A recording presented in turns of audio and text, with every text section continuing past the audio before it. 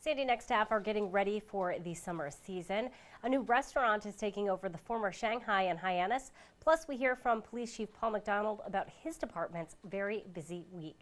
These stories and more on this episode of Barnstable Today. It's Tuesday, April 14th, 2015. I'm Sarah Mantle.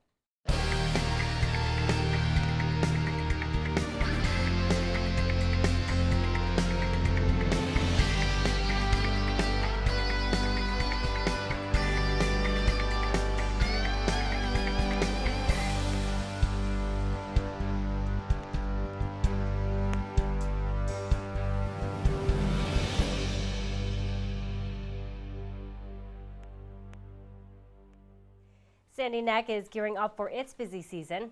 Staff worked last month to repair the Marsh Trail following the long, brutal winter. Beach Park manager Nina Coleman says it was a very difficult year for Marsh Trail repair.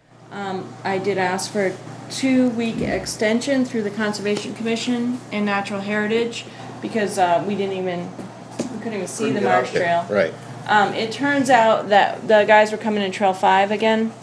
And Trail 5 was so bad that they had to do a big effort there, patching Trail 5 up to get out to the Marsh Trail, and then they continued on Marsh Trail by the Letheracus Cottage is where they went around that corner. That big hole. Big hole. So we're done there because our extension is over.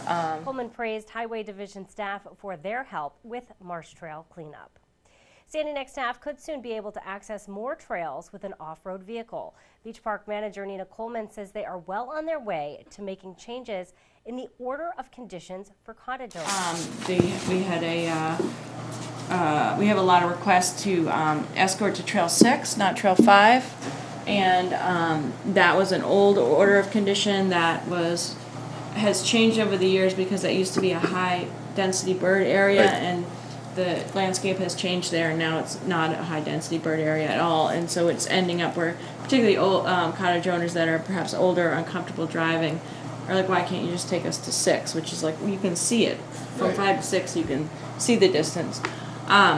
So I made an argument to the Conservation Commission, provided them some data, and that passed as well. So we are still waiting for comments from the state, but it looks like we will be able to do that this year. And I think that's really good because usually regulations go the other way. It's very unusual to not just keep adding to them. So the fact that this one made sense and we were able to present the information was really good. Coleman says having updated data on wildlife made the process easier. From Chinese food to pizza and Italian, Scottys Famous Pizza is taking up residence in the former home of the Shanghai Chinese restaurant. The Shanghai closed in January following an investigation that uncovered drug use and drug dealing on the premises. At Monday's licensing hearing, attorney David Lawler, representing Scottys, told the board he and his client understands the importance of security. One of the reasons why I reached out to the Barnstable Police Department several weeks ago and put in place or had my clients spend the money for this security system. Since the 80s, my understanding is that the location has always had an all-alcohol license. This is not an all-alcohol license request. It's not a bar. It's a pizza place. And the other issue was we looked at hours of operation. We felt that and we'd even be willing to go to 10 o'clock if that was the board's thing. We want to be able to have people come in and have some dinner and a pizza if they want a beer. Some people do show up at 9:30, so they might be having a beer. We just wanted to, that does happen. That's why the original 11 o'clock request was made. But we talked off the bat that 10 o'clock wouldn't be a problem. We're trying everything we can. The licensing authority approved that request.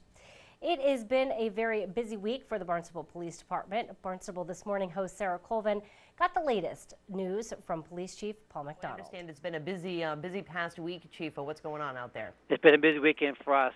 Just over the last 3 days, we handled just over 600 calls for service.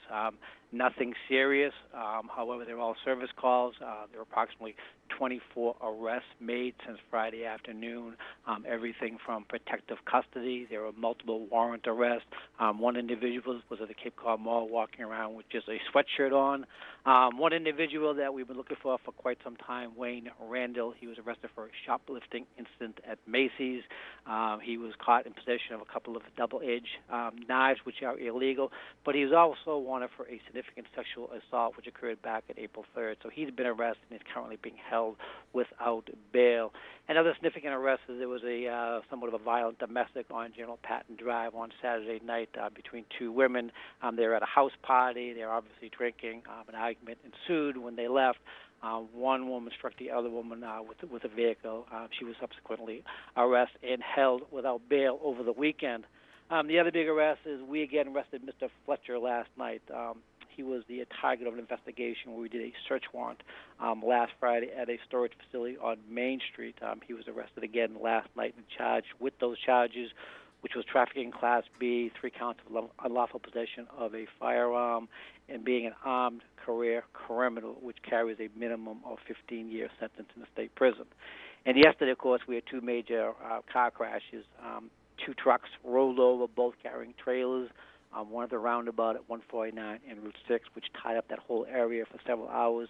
Then we had another one last night around 5 o'clock off Bumps River Road, where a landscape dump truck carrying a trailer flipped over in the middle of the road. So it's been a pretty busy weekend for us. And, of course, I was there and you were there at the Brazilian Talk Show on Friday afternoon, which was that was something different. Yeah, no, and you know what, Chief, that was really it was cool to see them have that live setup right here in Town Hall, but interesting to hear the questions that they asked, and I think it's important to connect with the Brazilian community. You know, we've really seen that population grow and become more of an integral part of our community. And talk to me a little bit about some of the issues that they raised, and talk about how maybe the police department is working to either bridge that language barrier or make the police department a little more accessible for our Brazilian neighbors. You're absolutely correct. There is a significant Brazilian population in Barnstable, and we've reached out to them on several different occasions. You know, back when we were having problems down First Harriman Road, Quaker Road area, there was a number of Brazilians down there, and what we found is they were very, very reluctant to call the police department. And over the years, we've had meetings here at our facility with the Brazilian community, encouraging them to call the police if they're victims of a crime, if they see something, because sometimes their status in this country may be questionable.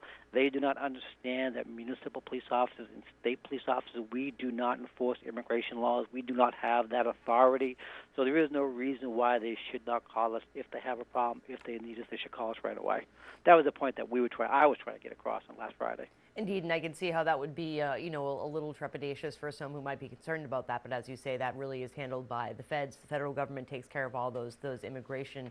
In terms of language barriers, Chief, do you have officers on staff that do speak Portuguese or Brazilian Portuguese? Yes, we had 2 officers on staff that speak fluent Portuguese, and actually a number of other Cape communities use them for translation.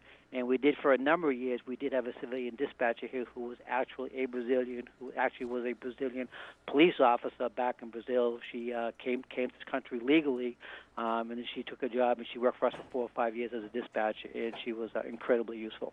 You know, and you have to understand the relationship with the Brazilian community and the Brazilian police versus when they come up to this country and the relationship with the police departments up here. It's totally different. How so? We're kind of friendly, a police department. Okay, that makes sense. That makes sense. And I think getting the word out that we are a friendly police department is important. So any plans for further outreach, any new ideas in terms of ways in which to kind of get that message across to the Brazilian community? Well, we're in constant contact with them, but I think the message is coming out, you know, because we are having a police test coming up on April 25th, and we had a couple of information sessions over the winter for anyone who was interested in taking a civil service, because the way we do our hiring process, it's a little bit different than all the other Cape towns. So we want to get the word out on what you have to do to become a police officer. And to our amazement, there was probably 25 or 30 Brazilians in there interested in getting the information to take the test. So that's encouraging. And you can hear from Chief McDonald every Tuesday morning on Barnstable This Morning, Channel 18's hour-long news program that airs weekdays at 7 a.m. On tomorrow's show, we will chat with Finance Director Mark Milne. We'll learn about an interesting study connecting the environment and the economy. Plus, we'll have all the news and information you need. For Barnstable Today, I'm Sarah Mantle.